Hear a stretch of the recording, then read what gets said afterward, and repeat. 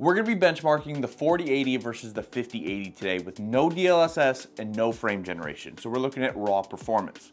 Both these cards are from Gigabyte and have 16 gigs of RAM. The 4080 has DDR6 and the 5080 has DDR7. Both these cards are going to be placed in my personal gaming build that has an Intel i7 14700K CPU, 32 gigs of 6000 megahertz DDR5 RAM, MSI Mag Z790 Tomahawk motherboard, and all the tests are going to be ran in 1440 and 4K. All the games we're testing today can be found on the PC Game Pass, and they all do have in-game benchmarking tools, which we're going to be utilizing today. We are also going to be showing you all the settings prior to every benchmark so you can put your system to the test and run these for yourself. I don't want to take too much of your time, so let's just jump right into the benchmarking with our first game on the list, Forza 5. One thing worth mentioning, all the settings are going to be shown in 1440p. The only thing that changes between this and the 4K test is the resolution. All the other settings stay the same between the games. For the graphics preset here, we went with extreme just to push our 4080 and 5080 to the limits.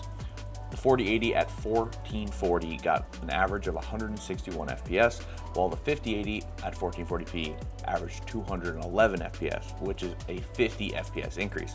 I was really hoping to see more of this kind of result throughout the test, but unfortunately, that was not the case, and you will see that later on in the video. But for the time being, this game looked beautiful, it played great, and I would definitely like to be trying this in the future live on my Twitch stream.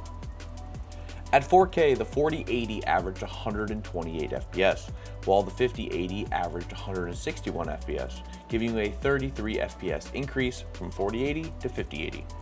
After watching this benchmark, I can see why people get so immersed in this game and how beautiful the graphics and the reflections are off your car. I just wish I wasn't driving a Corvette. The next game on our list is Gears 5. We're going to be playing this on ultra settings to max out our 4080 and 5080's performance. At 1440p, the 4080 averaged 210 FPS, with their lows being around 170 FPS. The 5080, on the other hand, at 1440p averaged 228 FPS, with their lows around 191 FPS, with a 17.5 FPS increase.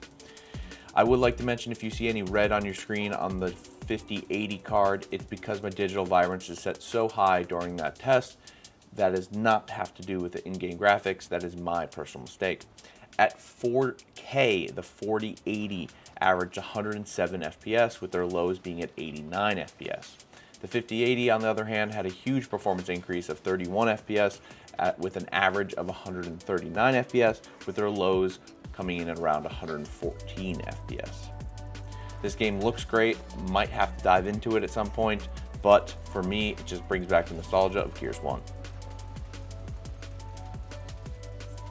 The next game on our list is Assassin's Creed Origins. We're going to be running high settings on all the graphic settings to push our card again to its limits, being it's an older game. Average FPS for the 4080 at 1440p was 191 FPS with a frame score of 23,879. The average FPS for the 5080 at 1440p was 206 FPS with a frame score of 24,786. This was only a 15 FPS increase between the cards, which I was hoping for a lot more, but maybe we could see more of that later on in the video. At 4K, the 4080 averaged 125 FPS with a frame score of 14,990. The 5080, on the other hand, averaged 147 FPS with a frame score of 17,808, which is only a 22 FPS increase, but it is an increase at that. The next game we're going to be looking at is Far Cry 6. For quality settings, we have everything set to high. The 4080 at 1440p averaged 197 FPS, with their lows coming in around 165 FPS. The 5080 at 1440p averaged 203 FPS, with their lows coming in 166 FPS. This is only a 6 FPS increase between generation, which really surprised me. I know that the GPU is not the only factor when testing these games, but I was still hoping for a lot more when it came to 1440p gaming. At 4K, the 4080 averaged 131 FPS with a low FPS of 113.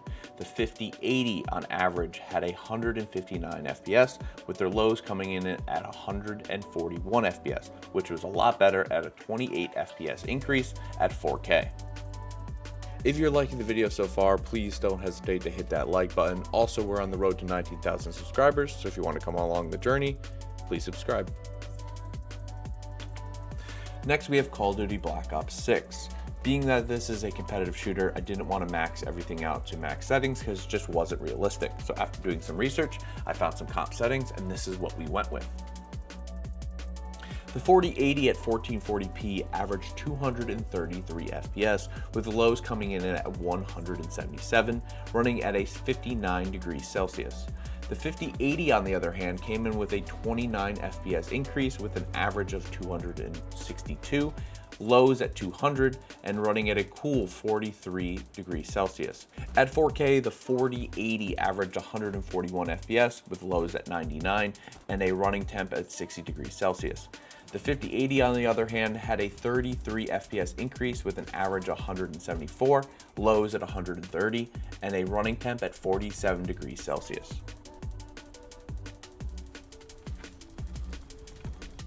Lastly, we ran both the 4080 and the 5080 through the 3D Mark benchmark software that you can get off of Steam.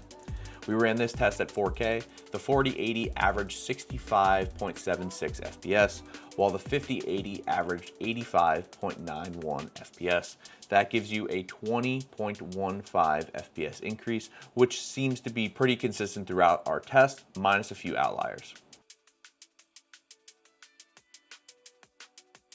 I hope that data helped you guys. This was the first ever benchmark video I've ever made, and it took me a lot longer than I thought it was going to take me. I wanted to stay away from the whole frame generation and the whole AI frames talk, and just look at the raw performance. And I think we did that today. I'm not going to make any comments on do I think it's worth buying the 5080 versus the 4080. To be honest with you, good luck trying to get your hands on either one. But everyone's situation is different, so I'm not going to comment on that.